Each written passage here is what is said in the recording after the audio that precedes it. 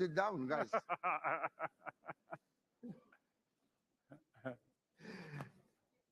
Well, thank you very much for your patience. We had to wait, of course, to have the icing in the cake. And we're going to have now a very informal and frank discussion with His Excellency President Ruto. He told me to call him William, but I cannot do that. We are formally here, so I have to call him Mr. President. And this is going to be a frank discussion. I must start by saying I'm a little bit disappointed because my wife, when she heard that I'm having a conversation on stage with you, she went and bought me a very nice jacket. And I said, I'm going to upstage him. Then he went and came in this, wonderful. Look at that. I mean, anyway, so it didn't work. Right. To really start, I have really three sets of questions. Some of them are global. Maybe before you start more, let please. me. You just said I said you should call me William, and you refused. Let me tell you of another incident. Yeah. I called the Secretary General of the UN, Guterres. So I kept on telling him, "Oh, Your Excellency, Your Excellency," and then he told me, "Please, you have to stop calling me Your Excellency. Call me Antonio. Otherwise, I will also begin to call you Your Majesty." So I stopped. So nowadays call him Antonio. Okay. Still, I'm going to call you Mr. President. It's not appropriate. We are in Kenya and we are in a formal meeting. And I believe it's live on TV, I think.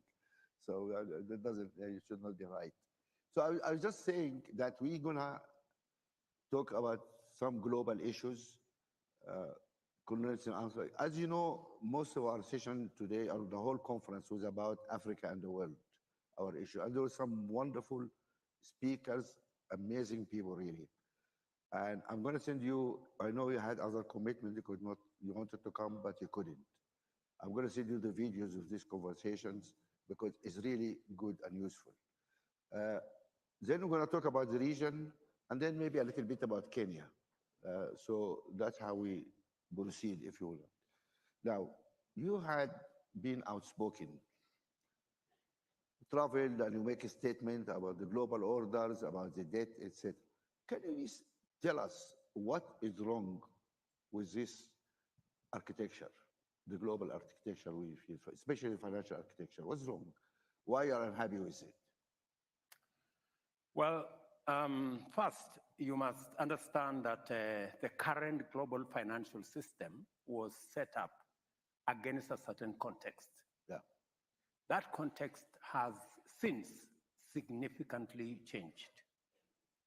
And therefore, it is struggling. The current financial system is struggling to respond to the challenges of the moment. Yeah. Countries, the whole system was set up around overseas development assistance, a financial system that was focused on prescription from the World Bank, IMF, and the institution. And sometimes those prescriptions went the wrong way. There wasn't room for emerging frontier, new ideas on how to finance development. And as a result, you find that the system has not responded to frontier economies, emerging economies. A case, for example, is what happened in Greece. Yeah. It tells you there is something fundamentally faulty with the current financial system.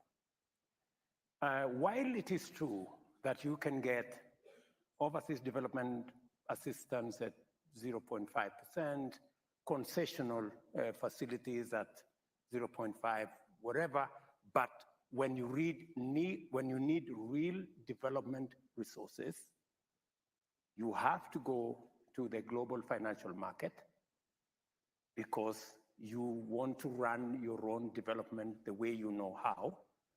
You end up with 10%, 12%, 15%, and it becomes impossible. It becomes impossible to finance any meaningful development, meaning that from the beginning, from where I sit, from the beginning, the current international financial architecture is, to put it bluntly, rigged against those of us in the global south, because we cannot meaningfully address our development needs using the financial resources from this architecture. The message from our panelists and eminent economists and wonderful people here was very clear. This cannot work. The rich borrow very cheaply. The poor pay incredibly. I describe it as, you know, mafia type of rate of interest. And it's ridiculous how you do that. And the rating agencies actually who put us all as sub-investment grade and say, oh, because those guys are risky and fall, blah, blah, blah. They're actually engineering our failure. And just to say, oh, I told you, you know, those guys are risky. Something has to be done there to be sorted out. People were complaining also about the speed of action. Where is Greece or Ukraine? Money materialized somehow very quickly. Sri Lanka, Zambia, I mean, they have been in trouble for a long time. What is happening? Even this SDRs who made a big fuss about it, and it's very little actually, it's not a big deal. It's still stuck in the system, what to do, so this whole system needs really to evolve, and we agree with you. And when you see the debates you had here, that's going to reinforce your message. Besides the financial systems, you are holding, I was surprised actually, you are holding a climate summit here. Oh, you said it, a climate summit here in a few months' time, just a couple of months before COP. Let's be frank, you don't have trust in COP. Why having this just 2 months before COP? Because we tell Amina, look, Amina, we don't trust you guys. Where is Amina? Yeah, because you know, in the COP, there's thousands of people go, and then what happens? Then you find the Africans now to have their own summit. And tell us your story. Why you want to have this summit? I don't want to put words in your mouth, please, so you don't get in trouble with her. More, before I answer to the Climate Action Summit, which is going to be between the 4th and the 6th of September. Okay. I wouldn't go as far as you said, mafia. I hope wouldn't not. go I that hope far. not. Yeah, you shouldn't. You're a president. I'm not. Yeah. But I would say the following. I would say it is our responsibility. They say it is the wearer who knows where the shoe pinches. Yeah. So it is our responsibility to engineer the debate that will put on the table our perspective, our point of view on what kind of financial architecture, global financial architecture that would work not just for us, but for everybody. Yeah. Because it is true that you cannot continue to have the kind of inequalities that are there in the world, because that is why you have all this migration left, right, and center, and you can never have peace until everybody has peace. Yeah. Therefore, unless and until we have a financial system that works for everybody, that financial system therefore does not work for nobody. Yeah. Right? So it is the debate we must have, it's the conversation we must have, and we're not asking for an unreasonable conversation. As I said here yesterday, we are asking for an even, a win-win architecture that brings on board everybody and does not price others using risk. Or you know Africa is risky, or you know this is risky, or you know. In fact, we can authoritatively say Africa has the highest return of an investment. I don't know how that becomes risky. Let me come back to your climate. to climate. Why have the this climate? We have, as a continent, as people from the global south, we have attended COP 26, 27, and the conversation has been a good conversation. We are focused on adaptation. We are focused on loss and damage and that conversation. From where I sit, that conversation is structured from somewhere. It is not a conversation that we have generated from our end. We also have ideas on how we can fix this global problem. And why we are having the Africa Climate Action Summit in Kenya is because first, I'm the chair of the Africa's heads of state on climate change. Okay. And therefore, it gives me responsibility to work on Africa's position when we go to have a conversation with the rest of the globe. That's number one. But much more importantly, yes, it's good for us to have a conversation about loss and damage. Yes, it's good for us to have a conversation about adaptation. But we need to have the more important conversation about climate investment. How do we, the real conversation is how to get to net zero. Yeah. That is the real conversation. Yeah.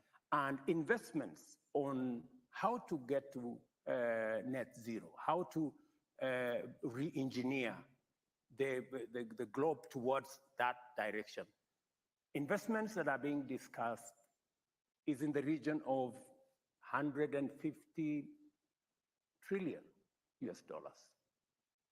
The only conversation that is being discussed about loss and damage is 100 billion.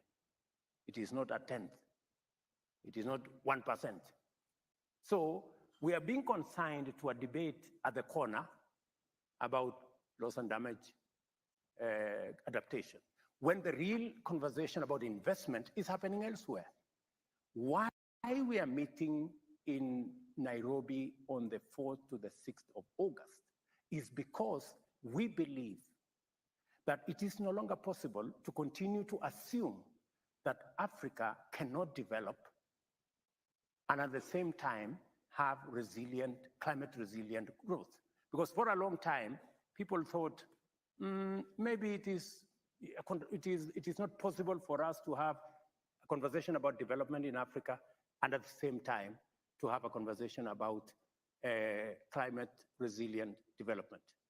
But science has proved, using technology, it is actually possible today. Because of technology, we can actually have a candid conversation on how to leverage on the huge resources we have in renewable energy.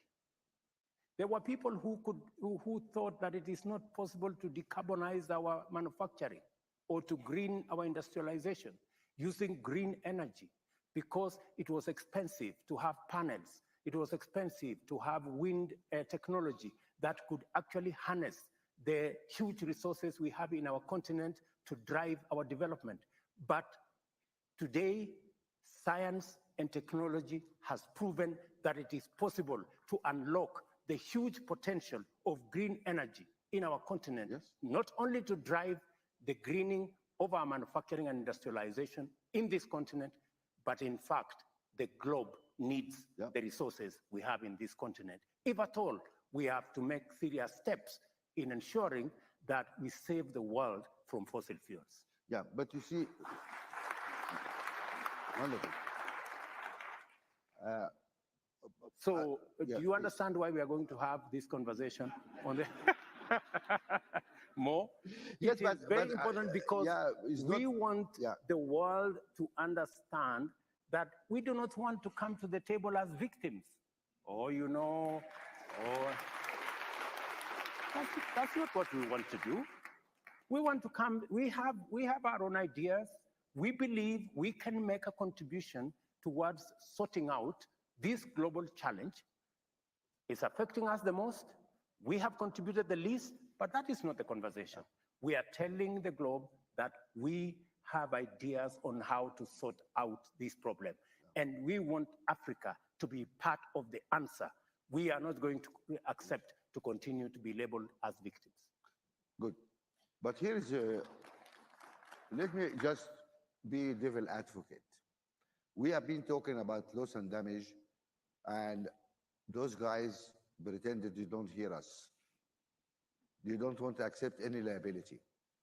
And to my understanding, I think it's only Denmark who's accepted. I mean, I am correct to say only Denmark accepted, and it was like a couple of millions, just some small, those guys refuse to accept. Here is another proposal. Okay, you guys keep fighting the loss and damage. I don't believe those people will accept that discussion because they don't want to accept it. Here is another suggestion. Just look at what's happening now. On average, every American man, woman, and child puts out 16 tons of carbon every year. Europe does 6.5. China does 6 to 7 tons per person every year. Here, we're putting nothing, very little. Some of us put half ton, some put 1 ton. South Africa is the only country in Africa which put something out, which is like 6 or 7, like Europe, or because using a lot of coal. But that's an outlier situation. 53 countries were not putting anything. How about this argument? The world today puts out 37 trillion tons every year. And scientists say, no. You should be maximum at something 24 if you want to move towards net zero. If we accept that number, we are 8 billion people on the planet. And if we are all equal, and there's a question here, if our friends accept that we are all equal, but let's assume we are all equal, then every man, woman, child in the world is entitled to 3 tons. How about this assumption? We say, okay, 3 tons is the limit. You guys put out in Europe 6 or 7 tons per head. You need to pay into that trust the excess, 3.5 tons per person, multiplied by 450 million, multiply the price per ton, you put this money here. The polluters have to put that money there by international agreement. That is the cost of you. You use something, you pay for it. And everybody understand that. You pay for what you use. Then a country which only emits 1 ton or 2 tons will say, okay, wonderful. We owe you 1 ton per person. Here's the amount of money. We'll give you that money. And if we do something like that, enable us to deal with a number of issues, like the Amazon, like the Congo Basin. Everybody tell us, guys, don't touch this, we need it. You need it, pay for it. Yeah, because the whole world pay for that. So we need to create that legal trust where money will be given to the guys who are not putting the carbon out and taken from the guys. That creates a market incentive. My point of view is that those guys taught us about the market. And they told us the market, the power of the market, etc. Even our Chinese friend, and we have a dear friend from China today, told us China may be a communist country, but it believes in the market. Correct? He said that. Okay, this is the market. Let the market force play out. The polluters pay because they are polluting right now, and now they have the incentive to stop polluting because we're paying a lot of money. And the developing countries, which is not putting anything, have good incentive to keep receiving money and to stay as good guys and go green. Why aren't we deploying the market forces and producing some kind of a global system where the polluters pay for what you use? And the guys who are going green receive compensation for that. If we look at that, the countries which are actually affected by climate change are all poor countries. And they are all non-polluters. Then they're going to receive a lot of money. Guys, go and build your resilience and go green, etc. That is a very simple thing. And then people don't treat payments as charity. I think the problem is the polluters. When they say, oh, give you $100 billion, in their mind, it's a charity. You know, okay, I'm going to help you guys, you know, you are victims. But, you know, this year we have crisis here, we have COVID, we have that. I cannot do it. But if it becomes illegal agreement, it's something, it's not a charity. You pay for what you use. Would that be something we Africans should advocate? We say, guys, just pay for what you're doing. Instead of thinking that you're giving us charity. It's not a charity. Anyway, something to think about. But what is important, I think, is to try in your summit to develop a coherent African voice. We need one coherent African voice. 1, 2, 3, 4. And instead of going with 54 very weak voices. That's how to amplify, and really we look forward for that. Thank you. So that was about climate, and we talked about the rigged financial system. Then actually, the global order, or maybe you call it now global disorder, things are different now. And polarization, you know, the things are changing around us. How Kenya is gonna navigate now when you have all these competing powers and a lot of antagonizing going on between these powers? I imagine you are pulled this way and you are pulled that way and you pressured here, pressured. How are you going to navigate that to maintain the best path for Kenya? Well, I think let me, you made a very powerful point. I don't know why you don't want me to respond to it, because... No, you're free to respond to anything. Did I stop him responding? You have because the mic. You have made a very powerful point about you. emitters and what do we do about this whole space where we're having a conversation and it's not quite coming out, and it's looking like, as you put it, it's charity. We're trying to help those guys. They are victims, you know, they are affected, that kind of conversation. And I really wish what you're saying would happen, because Kenya would be among the countries we would be receiving a big check, because our grid is 92% green. So we would be looking at that opportunity. But because of the way things are, you know, and we have to be brutally realistic about what is it that we need to do. I think the first step, even before we go that far, is we need to do carbon pricing. Yes, absolutely. That's where we need to. And what I'm suggesting is carbon pricing. Yes, we need to do carbon pricing. It must be understood so that it is empirical, it is scientific, that this amount of carbon amounts to this. Step 2, we need to work on carbon markets. That is all we're asking. We need to work on carbon markets. And these carbon markets must be worked on with integrity. Today, we have carbon markets at 10%, at 10 US dollars. We have carbon markets at 200 US dollars, depending on who it is, on what you think it is, on, you know, it's a floating. The integrity of the certificates. The integrity of the certificates is not guaranteed. We need to agree, because we are in this together. Yeah. And I think that the sooner we all realize that this is not us versus them, this is us on one side and existential threat on the other side, then we will put our act together. Once we work on carbon pricing, once we ensure that there is carbon, the carbon credits have integrity. Yes. Once we work on carbon markets, then we move to the next stage, and we must, countries, continents like ours that are sequestering a lot of carbon, there must be a consideration, you know? I was having a conversation with President Museveni. He's a good old man.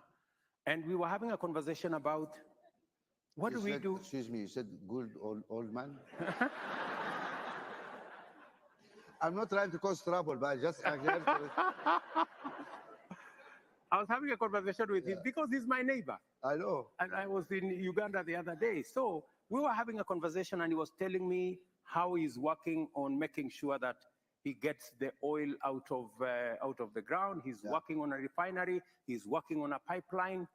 In the context of all this fossil fuel climate change debate, and I was asking him, how are we going to, you know, to marry what we are doing, what climate change?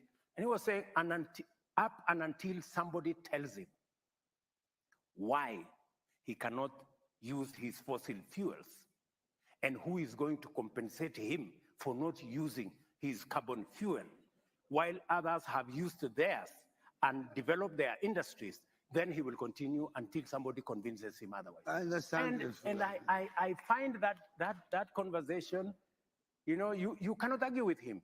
You know, those who are telling us don't exploit have developed beyond measure because of exploiting. And then, all I'm trying to say more is we seriously must have this conversation. I have taken the decision in Kenya that we are not going to exploit. We have oil in Turkana. We have worked with tallow oil, but we have said we will not go that direction because we want. But you know, when we say we are not going, when we forgo our resources, what do we get for it? You know, there must be a candid conversation. So what happens? So that it is not a conversation of, oh, you know, you guys, you cannot do this. You have to keep the forest. You have to keep Lake Victoria. You have to invest in the environment. And we are doing all this so that what happens? You know, this is the conversation more that we need to have. No, and hopefully we will get down to the bottom of it, and we will get a balanced conversation so that we get the benefit of the carbon sequestration that is going on because we are not emitters and we are not contributing to the emission. And I couldn't agree with you more. The principle, even in Kenya, is that emitters pay. And that's how it should be. Absolutely. And I was smiling before because when you talked about the carbon market, because tomorrow we are launching an initiative here about the African carbon markets, and it's going to be led by two very competent people. Dimalola, is she here? Dimalola? Where is she? She gone to sleep. And also we brought the man who designed the European market, carbon market. Okay. And we launch it because we need to find a way to really produce acceptable qualification for our certificates, because it is very low priced. And why we pay so much for sequestering so much carbon here, but you pay double, triple amount if you do it somewhere else? It's the same stuff, but it's the issue of the companies who produce these certificates to actually bring them on board also to see how we can improve that. But that's also one step in that direction. I have some small ideas. Would you allow me to speak to them? Maybe? Absolutely, they are at disposal. Okay. Yeah. I would really value. Natalie, where is Natalie? No, we acted straight away. I mean, Natalie, where is Natalie? She's not going to sleep also. I mean, what's wrong with those people?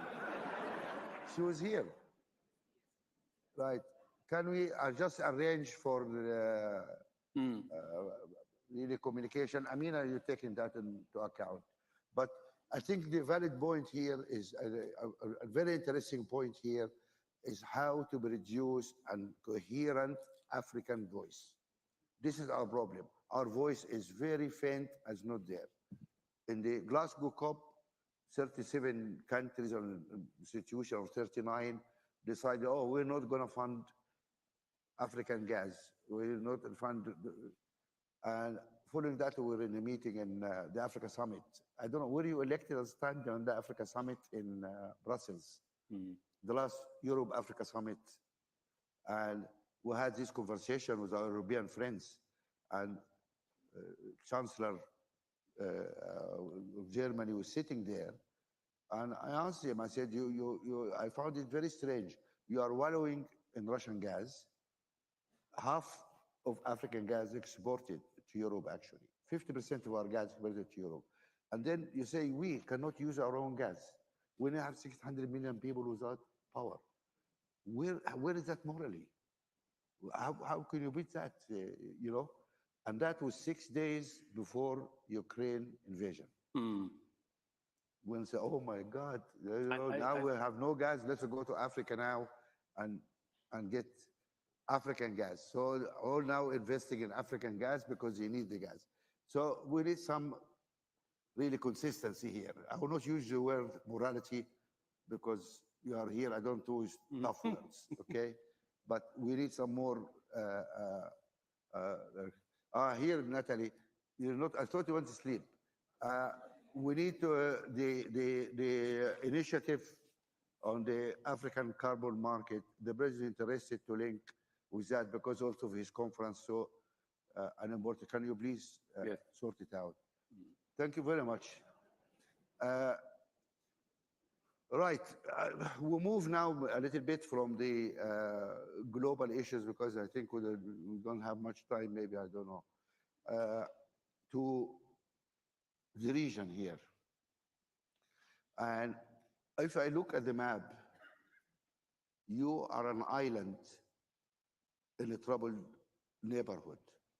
Maybe Tanzania is good, is at least safe enough at the moment, and I hope to stay safe. But you have soldiers in 3 countries around you, people trying, peacekeepers to pacify things, etc. That may end up being 4. If we send people to my country in Sudan, we're going to need your soldiers, by the way, there sometime. Now, this is a tough situation for you because this neighborhood is not nice. Really, it's not nice. I mean, of course, beautiful countries, but what's going on is not nice. Does Kenya feel a little bit anxious? I mean, with all these things around you in border, do you feel a little bit insecure here as Kenyan that with all these crazy guys around us, what's going to happen here? Well, it is true that we live in a tough neighborhood because we have a 1,000-kilometer border with Somalia, which has not had a functional government for 40 years. 30-something years.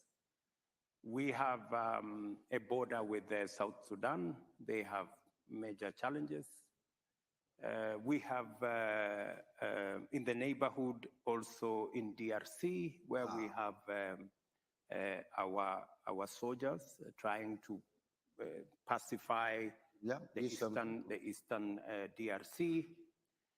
We take it as a responsibility because we know that our stability, our security is intricately intertwined with the stability of our region. And we believe using the architecture that exists, whether it is East African Community, IGAD, or indeed I was having a frank conversation with my brother Musa Faki as the AU that it is really time that as a continent, I shared my thoughts with Musa Faki, that as a continent, we must take charge of our destiny. Yes. We must take charge of our security. 60 years after the formation of the Africa Union, we cannot continue to depend on Europe, the EU, the US, China, and I don't know which other place, to manage our own affairs. I think it is time. And that is why we took the decision in DRC. We didn't look for resources from, I don't know which organization. We used Kenyan resources. Wagner, you heard about Wagner? You know, we are at Uganda. We agreed that every country should deploy troops using their own resources because we need to take charge of our region. These are our issues. We need to deal with the security of our region because if we do not deal with the security of our region, we are foregoing opportunities of investment, of job creation, of growing our economies.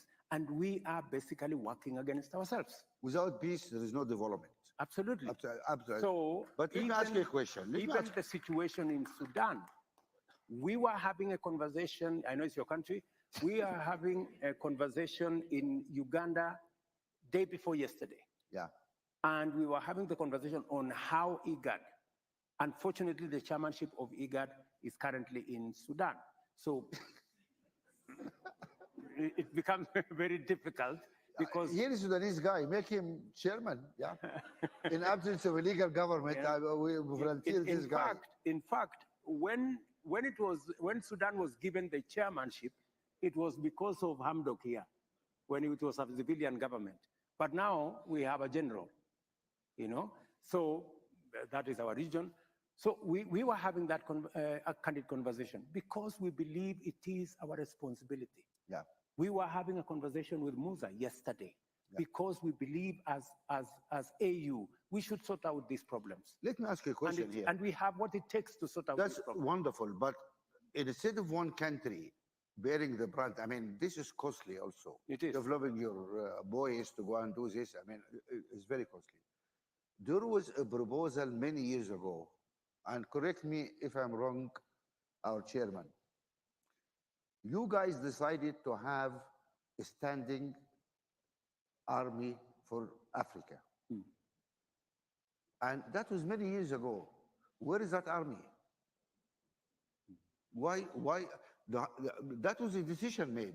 People said, look, we need, if there is terrorists took place here, these guys took over this country, we need to have a ready standby force, which ready under the command of the African Union, and it will go and do it. And instead of sitting back, oh, France, come help, Britain, America, come help. Why those guys should come and help us? They should not come and fight our fights? They should not come and help It's our own fights. And then we brag. We say we have half the world population in young people. Where are those young people? Go and fight your country, you know? And so maybe we bring you the conversation. My brother Musa, tell us, where is your army? I think we should not disturb Musa. Musa, I perfectly understand. He's your friend. No, he's not. He perfectly understands. We have the wrong architecture in the management of the Africa Union. Yes. Yeah? I'm glad you said that. Yeah, okay, not me. Yeah. Musa Faki, who is the chair of our Africa Union Commission, can do very little because we have retained all the powers as heads of state. Right. And yet, you cannot run one country and run the continent of Africa. Right? We seriously need an interrogation of the management of the Africa Union. Today, we cannot even support Somalia. We are waiting for EU to give us $85 million. $85 million. You know, we cannot fund it as AU. It is stupid. mean, My brother. it is madness. Yeah. So The are you operation, telling me 54 countries, 60 years after independence, they cannot manage 85 million to sort out Somalia, which has no government? Eh? Let me. I just want to ask him, sorry, I want to ask you a question. He's my brother, but we need to talk frankly. How many African countries did not pay their dues this year? Please tell us. Don't name, but tell us how many. How many countries did not pay their contribution? The contribution this year? Majority paid. This is the answer of a diplomat. Yeah, let us not put Musa in trouble. No, but these are facts. It's not, I mean, I'm not naming countries. I'm saying African countries do not respect their own union. If you don't respect your own union, nobody respects you. Full stop.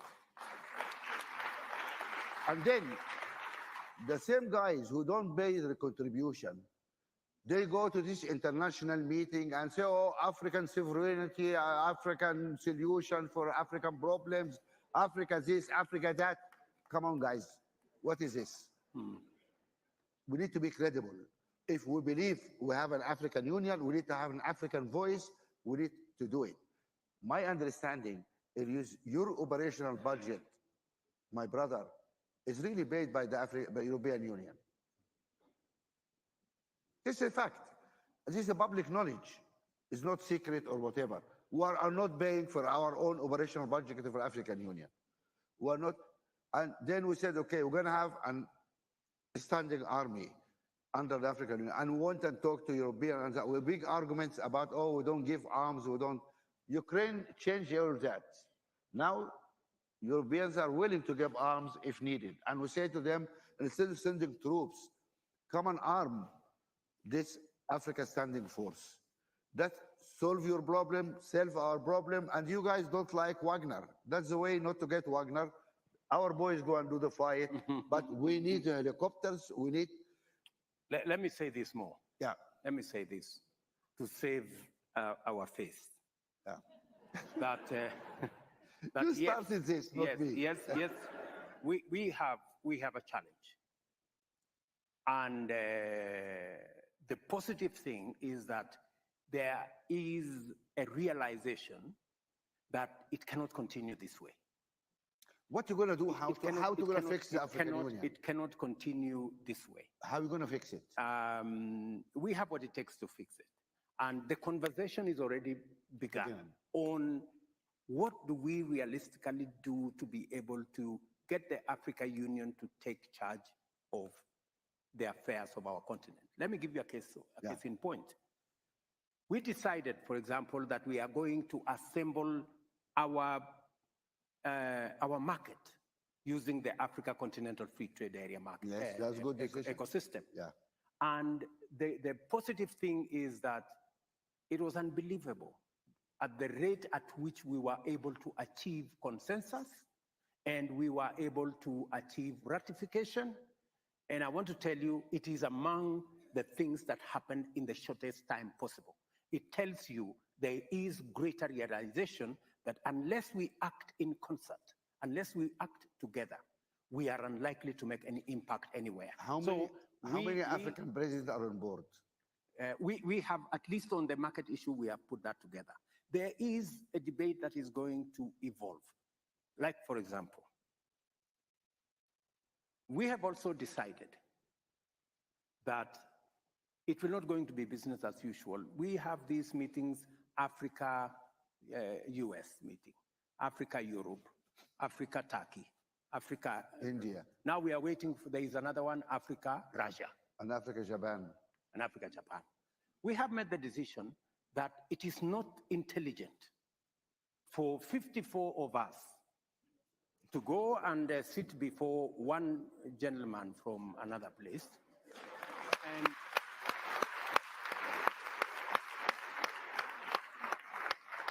I mean, and sometimes we are mistreated. Yeah. You know, we are loaded into buses like school kids, you know, and it's not right. Well, you are summoned, you know. It's not right. So the decision that we have made as AU is that going forward, if there is going to be a discussion between Africa and any other country, we are going to be represented by the chair, the outgoing chair, the income, the bureau. Chair of the commission or the chair? And the chair of the REX, and we have 5 REX.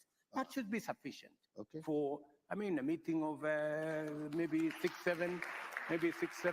That should be able to represent Africa. And that is the position I am taking as the president of Kenya.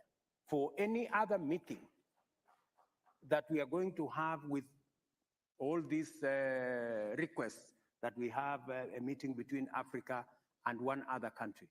We respect the sovereignty of others. I think to ask for reciprocation is not to ask for too much. No. And for us to agree that let us have this kind of setup. The only, because I had a conversation with President Kagame, and he actually led that particular position. I have had a conversation with Prime Minister Abiy. He believes very strongly that that should be the position of our continent.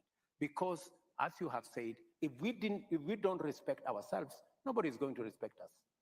And we should be able to take that kind of decision. Yeah. And part of that respecting ourselves is when we say African problems, African solutions, we must be serious about the solutions. It cannot be rhetoric. It cannot be talk.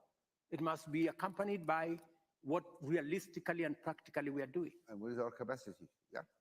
No, this is wonderful, but just one question. Why you having this discussion in closed rooms? Why don't you bring civil society, all those people in this discussion? Because we can also put pressure on our leaders or whatever to behave in a better way. African people need to tell their presidents, we care about Africa. That should be a priority. Unless we act really together, it doesn't work. And in the reform agenda of the African Union, if you and your colleagues are proceeding that way, there need to be really a serious discussion about the structures and how Africa is. One problem is African countries refuse to cede any sovereignty to the African Union.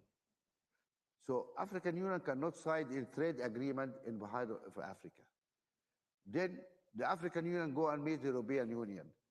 This is not balanced. It is not. Because those guys had 27 countries, gave them sovereignty. Yes. But our guys here don't want to give any sovereignty, cede any sovereignty to the Union, as if, you know, this is something very fantastic they have to keep. When countries like Germany, like big countries, agreed to cede sovereignty to the collective body because they are smart, they think when they are together, they negotiate better deals. Are you saying? The only stupid guys, unfortunately, are the British, who left that collection. But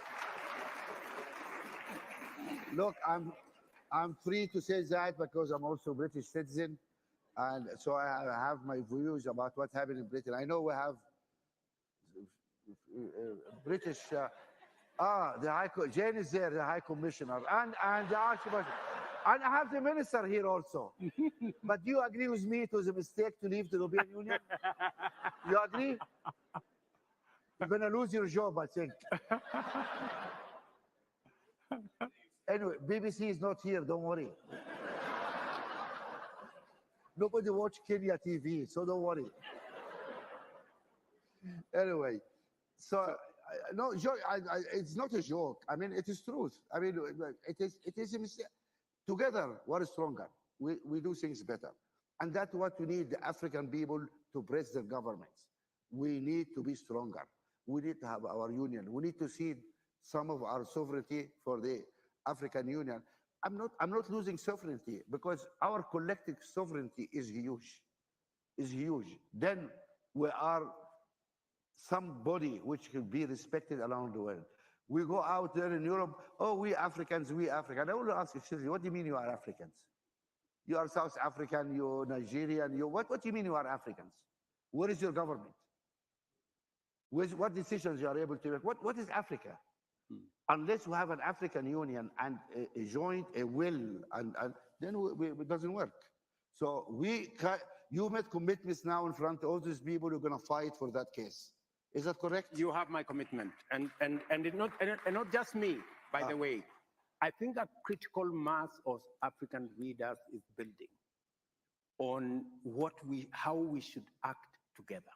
I told you, this particular position of consolidating what we need to do and how we need to engage with the rest of the world was actually driven by President Kagame.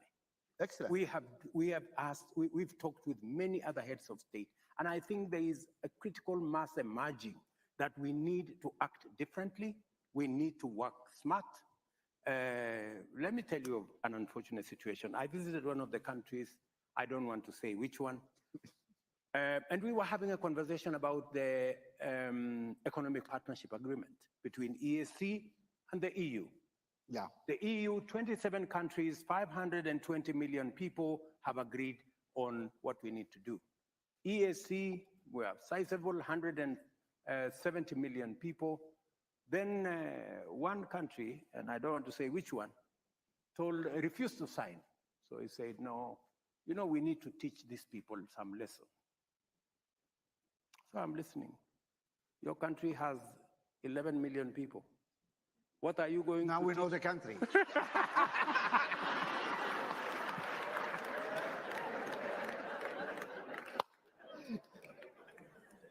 Anyway. So what are you going to teach 520 million people who are supposed to serve as your market? Really? So sometimes we undermine our own case because of not acting properly. So I want to promise you that it is our challenge. The realization alone that we have a problem is halfway the solution from where I sit. So we know that we have to change stuff. We know that we have to act in a manner that makes sure that we secure our interests, because the whole discussion, the whole discourse is about interests. What is our interest? How do we protect our interests? Because everybody protects theirs. Yeah. So this is awakening, and I think the engagement of Africa with the rest of the globe is going to change. That is why, for example, we are having the Climate Action Summit, because we want to go to the UN.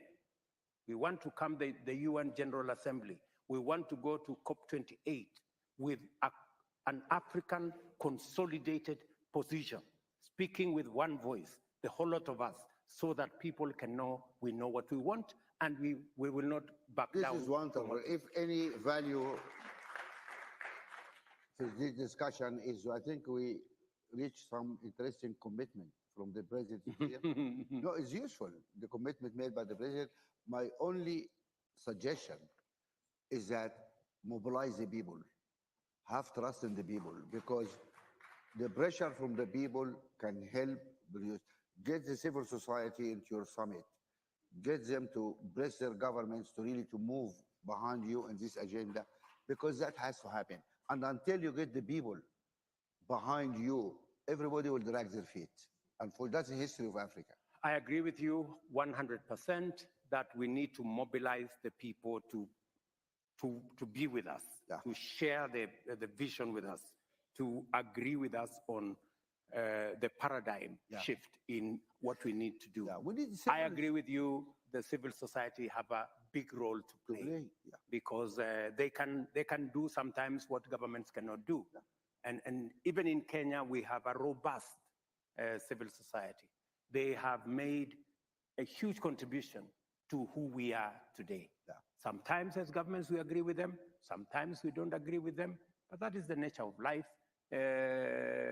All I ask of our good friends in the civil society space, including you, Mo, is always to look out for the interests of the people of our continent, and not sometimes to play to the gallery of the people who pay your check.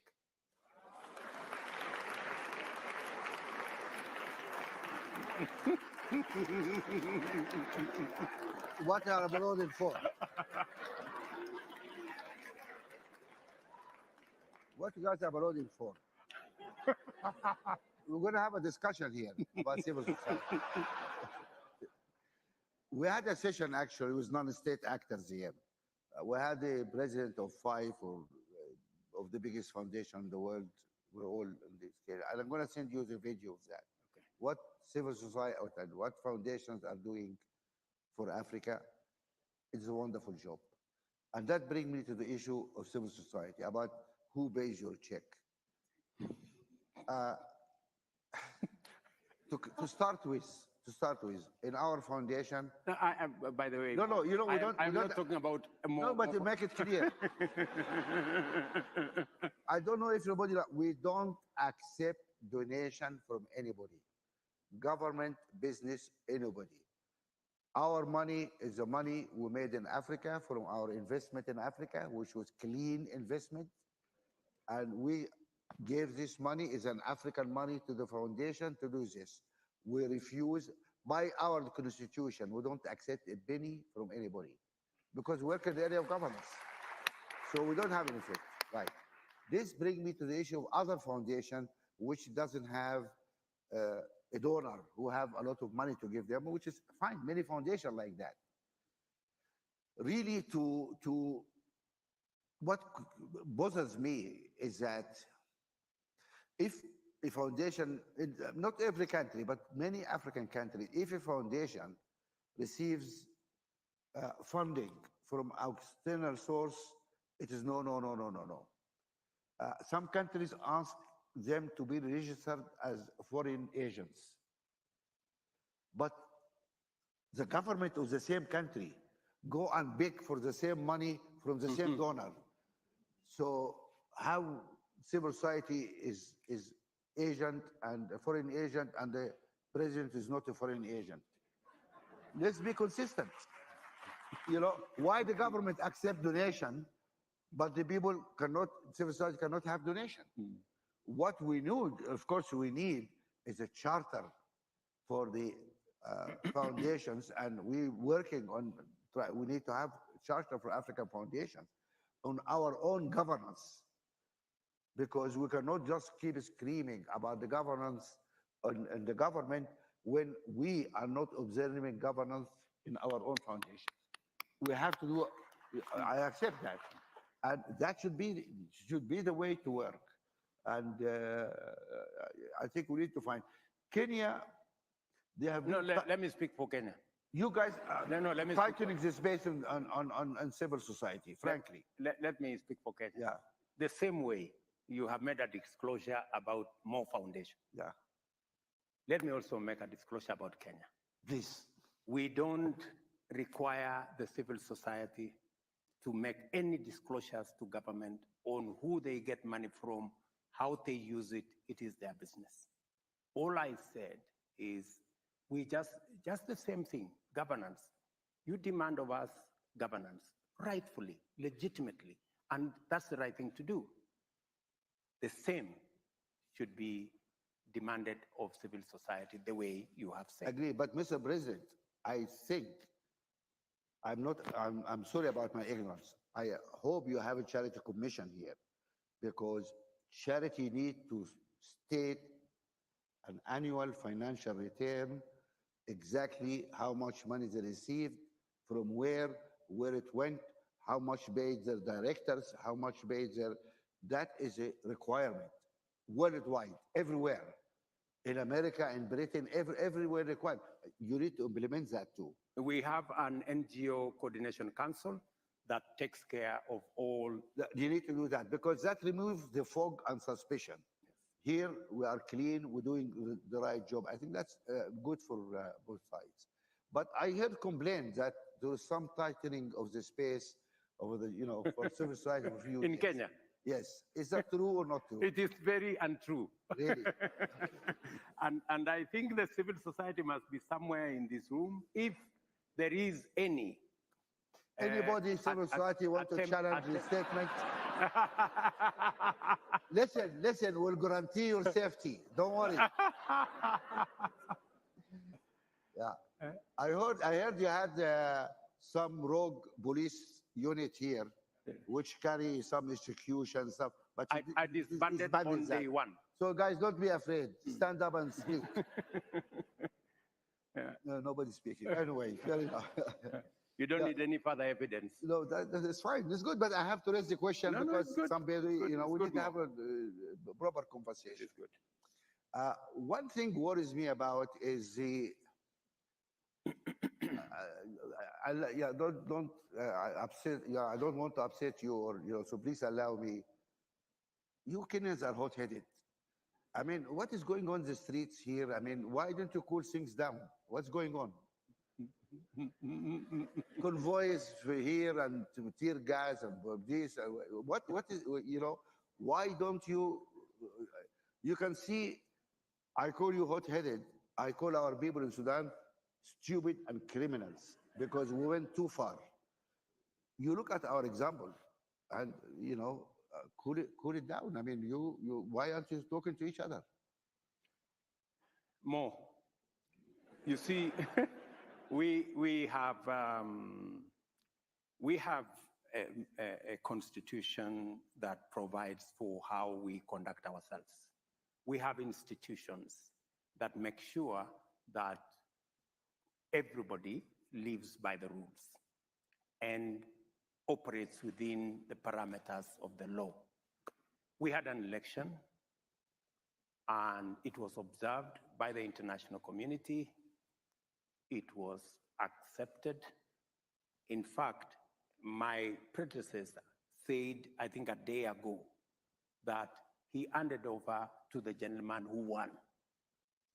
Yet his candidate, the candidate he was supporting, is in the streets complaining that the election, he doesn't know how the elections went. So if the chairman of 𝐈𝐍𝐒, the former president, has told the country that he handed over to the gentleman who won, yet his candidate has a problem with who won the election, I think they need to have a small conversation between the chairman and his candidate to tell him, gentlemen, I handed over to the gentleman who won, let us stop the demonstration. But that's not happening. But that's not the case. I did take the step, as president, to deal with the situation because they raised 4 issues. Issue number 1, the high price of food commodities. You know as much as I do that that's not a Kenyan problem. But I said, okay, let's have a conversation. They raised number 2, that that they're not satisfied with the outcome of the election. We all went to elections, the international observers were there, it was validated by the institutions of government, the institutions of the constitution, the Supreme Court validated. 5 months after the election, they said, there is a whistleblower who has now said he has given different results. In which country more is elections determined by whistleblowers? I don't think there is any such country. But I took the step to say, okay, let us create a framework. I reached out to the opposition and said, let's have a framework where we can have a conversation about the issues you are raising, right? And I extended an olive branch. I went on national television. I offered, said, let's have this conversation. They accepted that let's have this conversation. And before the conversation could start, they said, no, we don't think you're sincere. They don't like one of your members. They didn't like, saw the paper. If you are having a conversation and you need everybody on the table, you cannot say, I don't like so-and-so. It is the reason why we are having a conversation, because we don't like one another, So it cannot be the argument that I don't like so-and-so. So the very reason why we are having the conversation is because we don't like one another. Let us always have the conversation. But anyway, be that as it may, let us see How else? You know, if you have make a different suggestion. We've even offered them. We've told them, okay, if you don't like so and so, it's fine. Can we start the conversation, and then we will exit this person you don't like? They say no. We told them, but the prices of food commodities have come down. They say, even if you bring it down as far as possible, we still want to go to the demonstration. I don't know. Maybe we need a hug first, you know. What? Really, because my brother. Since these are your friends, why don't you reach out to them and have a conversation?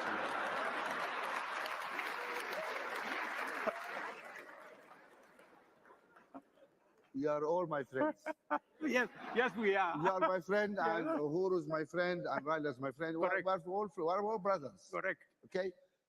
I already reached to our brother Raila, and I'm inviting him to come and have lunch. I said, I'm going to buy him a great lunch. Please. To come. I don't think I don't know where is he. I haven't got confirmation yet.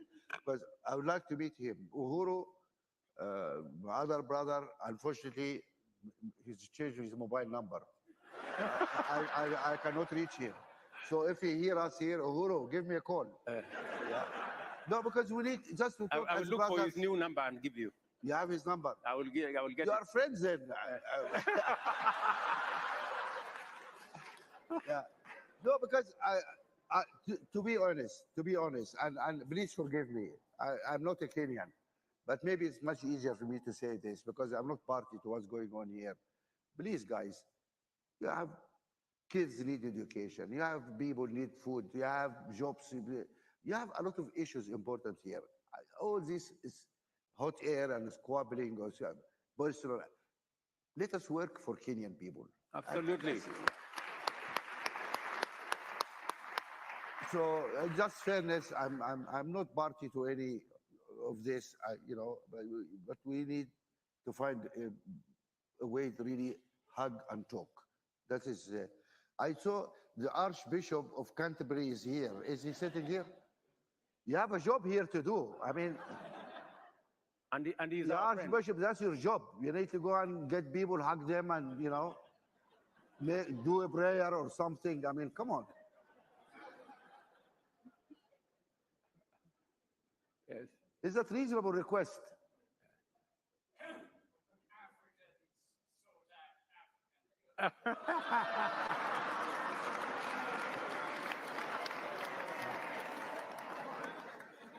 I don't understand, but I thought Christians also sort Christian people. This is your flock, isn't it? Anyway. Well, I see you are running out of time. Actually, yeah. One of my competitors is actually an Anglican. So I think the Bishop of Canterbury can do a very good job there. When you come for lunch with us, join us for lunch. Maybe you can, you know, start a conversation. And you can start with the prayer. Anyway, we'll try. I mean, when we couldn't do it, then we hope God can do it for us, you know, but he's reluctant, you know, so what you do. I don't want to take too much of your time, but before I go, just another personal question. I hope you don't mind. It's okay. More. My daughter the other day, you know, she told me, do you mind if I call myself first daughter? And I said, what is first daughter? She said, oh, you're going to meet President Ruto. I said, yes. She will ask him, what's the first daughter? What is this first daughter thing? Do you have a first daughter? I think, Mo, you are harassing me. I'm not harassing you.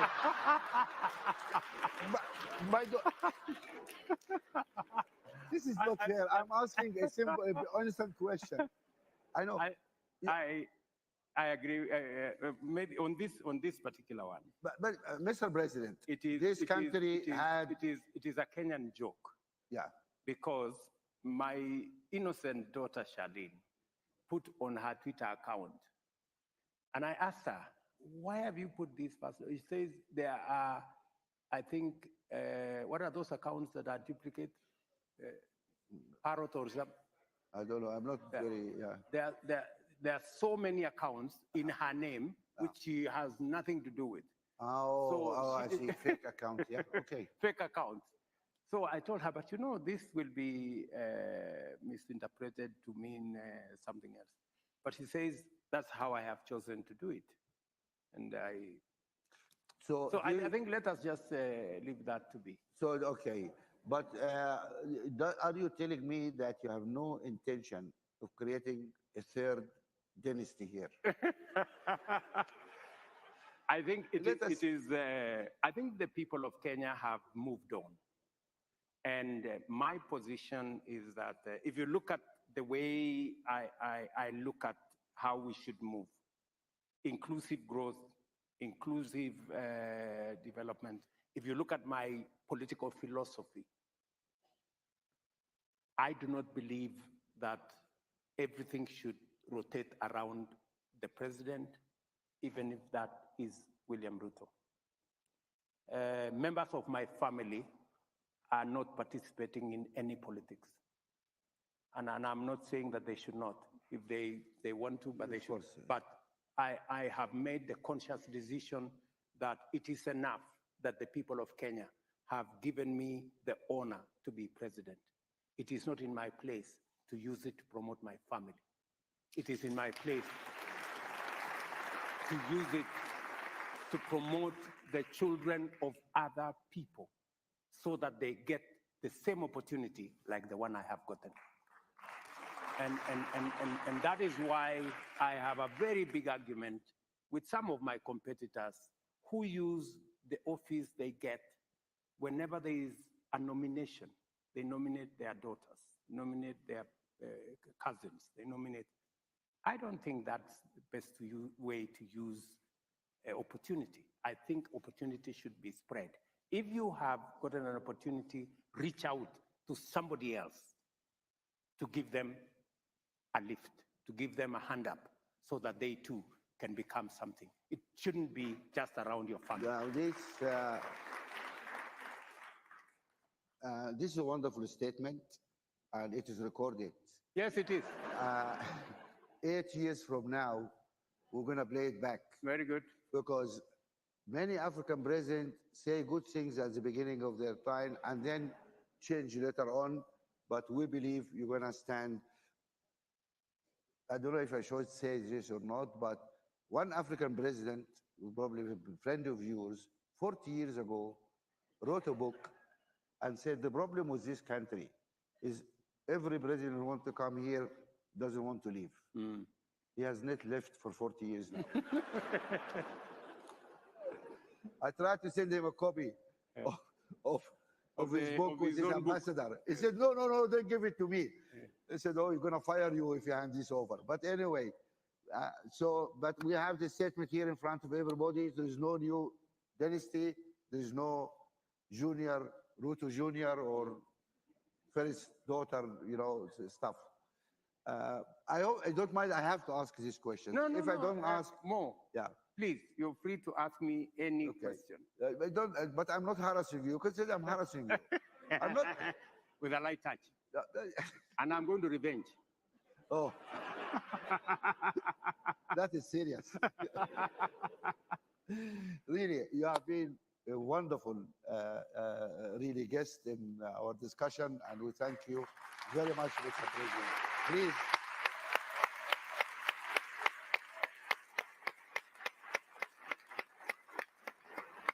Thank you. Thank you very much. You have been wonderful. Thank you. Really. Thank you. Thank you. I think we will love that. Thank you. Thank you very much.